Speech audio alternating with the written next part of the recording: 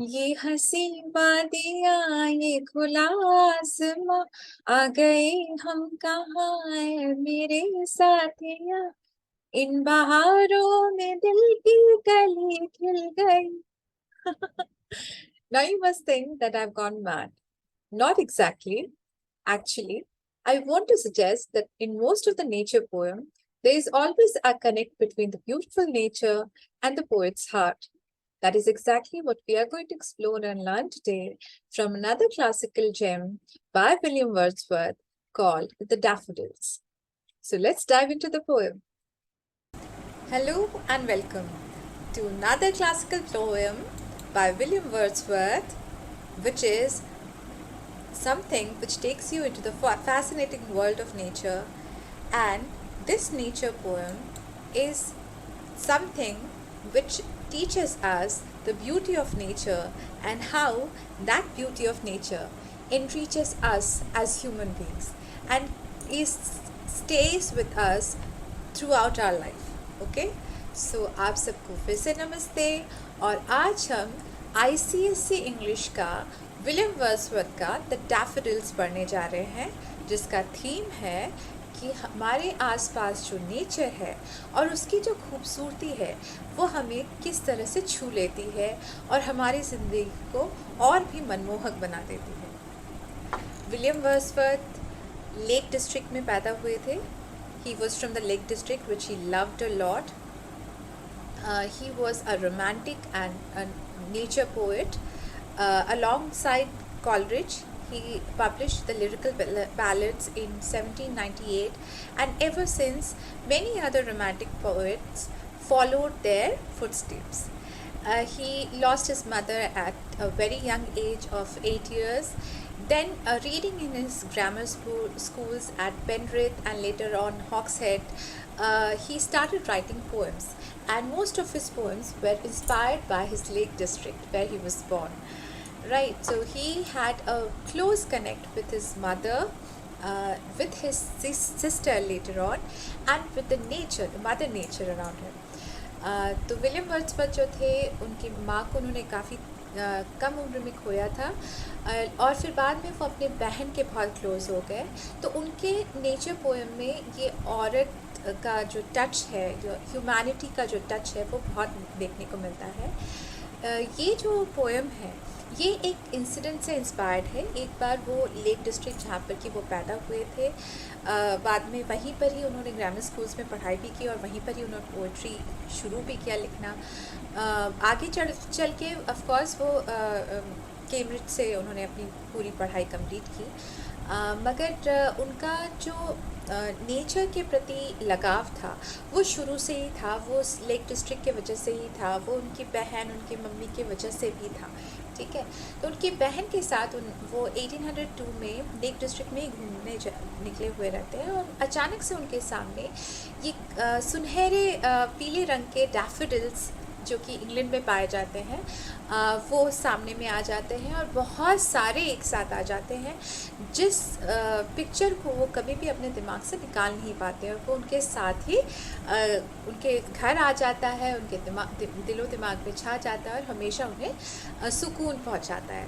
तो यही इस पोएम का सार है और यही इसका आउटलाइन भी है. ठीक है, सो daffodils it was written in 1804, and it was inspired by an event which happened on 15th of April 1802, in which Wordsworth and his sister Dorothy came across a long belt of daffodils while they were traveling in the Lake District of England.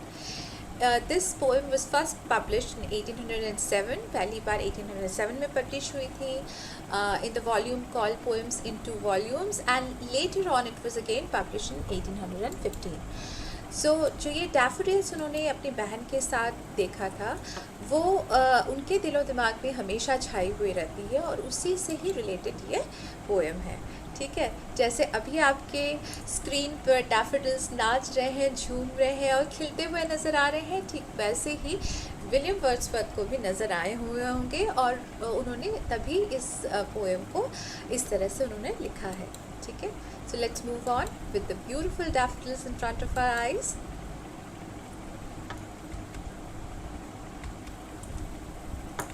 before we go into the explanation part, let's do the reading of the poem because it's so musical. ये सेसिस्ट में है, सेसिस्ट में है मतलब 6 line stanzas में है. इसमें 4 stanzas हैं और ये पोएम इतना खूबसूरती से लिखा गया है कि इसकी म्यूजिकलिटी भी इसको बहुत स्पेशल बनाती है. So let's read through the music of the poem. I wandered lonely as a cloud that floats on high over vales and hills, when all at once I saw a crowd, a host of golden daffodils, beside the lake, beneath the trees, fluttering and dancing in the breeze, continuous as the stars that shine and twinkle on the Milky Way. They stretched in never-ending line along the margin of a bay. 10,000 saw I at a glance, tossing their heads in sprightly dance. The waves beside them danced, but they outdid the sparkling waves in glee. A poet could not but be gay in such a jocund company. I gazed and gazed, but little thought what wealth the show to me had brought. For oft when on my couch I lie, in vacant or in pensive mood, they flash upon that inward eye, which is the bliss of solitude. And then my heart with pleasure fills, and dances with the daffodils. So you can see the music is so beautiful, so wonderfully written, right? Daffodils the daffodils जो poem है उसको I wandered lonely as a cloud भी बोला जाता है. But because I wandered lonely as a cloud जो है वो एक अलग तरीके का दिमाग में पिक्चर ला देता है कि मतलब ये शायद लोनलीनेस के बारे में होगा, बट ये पोएम लोनलीनेस के बारे में नहीं है, इसीलिए इसका नाम फिर बाद में द डैफोडिल्स ही रखा गया. जैसे मैंने कहा है कि इसमें 6 लाइंस के 4 स्टैंजाज हैं जिसको कि सेस्टेट्स भी बोलते हैं. 6 लाइंस के अगर स्टैंडा हो तो सेस्टेट्स कहा जाता है. एंड इसका राइमिंग स्कीम क्या है? ए बी और सी सी, मतलब जो लास्ट वाले 2 लाइंस हैं वो कपलेट्स हैं, मतलब दोनों राइम करते हैं. ठीक है, सो ए बी सी सी के सेस्टेट्स में ये डैफोडिल्स लिखा गया है. And what is this poem about? Let's talk about the outline of the poem और the summary of the poem. Here the poet is talking about his wandering lonely over the valleys and hills, and how suddenly while wandering he came across lots and lots of daffodil flowers right beside the lake and beneath the trees. The poet, looking at those daffodils, was overjoyed and very joyous, and it was such a lovely sight of wonderful, beautiful flowers that these flowers were also, tossing their heads and dancing with the breeze or the wind. And this charmed the poet, and he kept on gazing or looking at them for long. Later in his life, whenever he was vacant, whenever he was lonely, whenever he was in solitude, in his pensive and moody times, he would think about this pleasureful sight that he has viewed long back of daffodils, and this flash of daffodils will bring joy to him even later on in his life, and he would start dancing with those daffodils. ठीक है, तो वो कभी उन्होंने daffodils देखा था, उनको dance करते हुए ब्रीज में हवा में झूमते हुए देखा था, और आज भी जब वो कभी भी सोए हुए रहते हैं, अकेले रहते हैं, तो वही डांसिंग डैफोडिल्स उनके मूड को बदल देता है. यही पोएम का सार है. Let's go into the stanza 1 and get the explanation part of it. I wandered lonely as a cloud. अब इस पोएम में बहुत जगह पर आई, दे, ये सब आएंगे, है ना, प्रोनाउंस आएंगे. तो आपको ये पूछा जा सकता है कि आई कौन है. सो ऑलवेज रिमेंबर कि आई जो है वो नरेटर है और द पोएट है, वर्ड्सवर्थ है, विलियम वर्ड्सवर्थ है. ये उनका ऑटोबायोग्राफिकल टच है, ठीक है, पोएम का. So he was wandering lonely as a cloud. Can you see he is comparing himself to cloud and he is using direct comparative words like as और like. ठीक है, तो ये क्या है, कि कौन सा फिगर ऑफ स्पीच है? This is simile. ठीक है, so is comparing himself wandering just like the clouds wander here and there in the sky. That floats on high over vales and hills. अब that, what is that there? That जो है वो cloud को refer कर रहे हैं. और जैसे क्लाउड वेल्स या वैलीज, वेल्स मतलब वैलीज और हिल्स के ऊपर से घूमती हुई जाती है, I was also roaming like that, I was also wandering like that. Wander का मतलब क्या होता है? इधर उधर भटकना, इधर उधर घूमना, रोम अबाउट करना. all at once I saw a crowd, ठीक है, जब अचानक से I saw a crowd, and what crowd it was host of golden daffodils. यहाँ पर crowd या host जो है as group आया है और group of daffodils को रेफर करता है. Daffodils are the golden yellow flowers, those beautiful flowers. And where were these daffodils? They were beside the lake. Lake के पास थे. And beneath the trees. Beneath मतलब underneath या under the trees. And what were they doing? They were dancing. So the poet has seen the daffodils, those golden beautiful daffodils beneath the trees, मतलब under the trees, and they are beside the lake. And what they are doing? They are fluttering. जैसे कि birds अपने wings को Flutter करते हैं, हिलाते हैं, या बटरफ्लाइज अपने विंग्स को फ्लटर करते हैं. दे आर ऑल्सो फ्लटरिंग, है ना, they are also fluttering with the breeze. Breeze मतलब हल्की हवा जो चल रही है. And they are dancing. अब बताओ, कोई भी ट्री या प्लांट जो है, दे आर स्टैटिक, उन लोग खड़े रहते हैं, उन लोग कोई एनिमेशन नहीं करते, उन लोग नाचते नहीं हैं, उन लोग गाते नहीं हैं हमारी तरह, ठीक है. तो क्योंकि ये पर्सन के साथ इक्वेट किया जा रहा है, एनिमेशन उनको प्रोवाइड किया जाता है, उनमें लाइफ दिया जा रहा है, इसलिए यहाँ पर पर्सोनिफिकेशन हुआ है, ठीक है. So I wandered lonely as a cloud, वहाँ पर आई को क्लाउड के साथ कंपेयर किया है एज यूज़ करके, तो सिमिली है. और यहाँ पर जो है fluttering and dancing in the breeze, यहाँ पर पर्सोनिफिकेशन है. These are the figures of speech in the stanza 1. Let's go to stanza 2 now, and let's see what's next that the poet sees. Continues as the stars that shine and twinkle on the Milky Way. Milky Way मतलब क्या है? आकाश गंगा, जो जिस Galaxy में हमारा सन भी है, ठीक है. हमारा जो प्लैनेट अर्थ और सोलर सिस्टम जो है, ये मिल्की वे गैलेक्सी में है. तो उसी मिल्की वे गैलेक्सी को हम लोग उसी मिल्की वे के सारे स्टार्स हमको नज़र आते हैं, और वो सारे स्टार जो हैं वो कंटिन्यूस नज़र आते हैं, एकदम एक साथ नज़र आते हैं. ठीक उसी तरह मुझे एक साथ ये सारे डैफोडिल्स नज़र आए. अब तुम सोचोगे कि ये क्राउड ऑफ डैफोडिल्स कैसे नज़र आएंगे.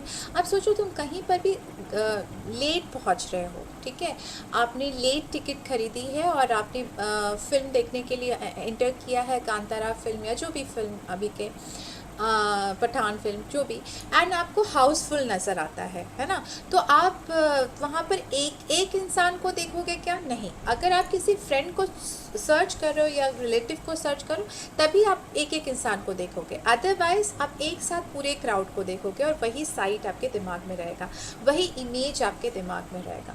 Exactly that kind of imagery has been brought here, that kind of symbol has been brought here, कि वो daffodils are like the continuous array of stars, ठीक है. वो सारे स्टार्स एक साथ जैसे आपके दिमाग में रहते हैं, वैसे ही डैफोडिल्स भी मेरे दिमाग में रह रहे हैं. And they stretched in never ending line. And who are they? देखो फिर से प्रोनाउन आ गया. दे आर डैफोडिल्स हियर, ठीक है. दे हमेशा यहाँ पर डैफोडिल्स ही होंगे. दे स्ट्रेच्ड मतलब वो फैले हुए थे, स्ट्रेच मतलब फैला हुआ. एंड नेवर एंडिंग लाइन, जैसे कि ख़त्म ही नहीं हो रहा हो, ऐसा दिख रहा था, just like the stars in Milky Way. Along the margin of a bay. और बे किसको बोला जाता है? जैसे कि हम लोग अगर सी के पास वाले हिस्से को बताते हैं, ज़मीन को, तो उसको बीच बोलते हैं, BEACH. वैसे ही लेक या रिवर के पास वाले हिस्से को बे कहा जाता है, लैंड को बे कहा जाता है. So along the margin, that means outline of the bay, ये सारे एकदम नेवर एंडिंग लाइन में फैले हुए थे. 10,000 saw I at a glance. एक झलक में, glance means एक लुक में, I saw 10,000. Now that is a hyperbole, मतलब वो ज़्यादा बढ़ा चढ़ा करके बोल रहा है. So this kind of a figure of speech is known as hyperbole, ठीक है. So 10,000 saw I at a glance, he is saying, tossing their heads in sprightly dance. Sprightly means very active, very energetic. So they were tossing मतलब सिर को इस तरह से झटके दे करके हिलाना. And they were in sprightly dance. Okay, now let's come to stanza 3. Stanza 3, he is talking about the waves now. The waves in the lake. So the waves beside them danced, but they outdid the sparkling waves in glee. Sparkling का मतलब क्या होता है? चमकता हुआ या shining, ठीक है. तो वेव्स जो है वो शाइन कर रहे थे और वो भी डांस कर रहे थे, बट दे आउटडिड दिस. तो आउट डे कौन है, डैफोडिल्स। तो डैफोडिल्स ज़्यादा खुश नज़र आ रहे थे, ज़्यादा अच्छे से नाच रहे थे। तो वो किस तरह से बता रहे हैं, ग्ली, ग्ली का मतलब खुश होना, ठीक है। A poet could not but be gay. Now here gay doesn't mean something else. Gay actually means again happiness, okay?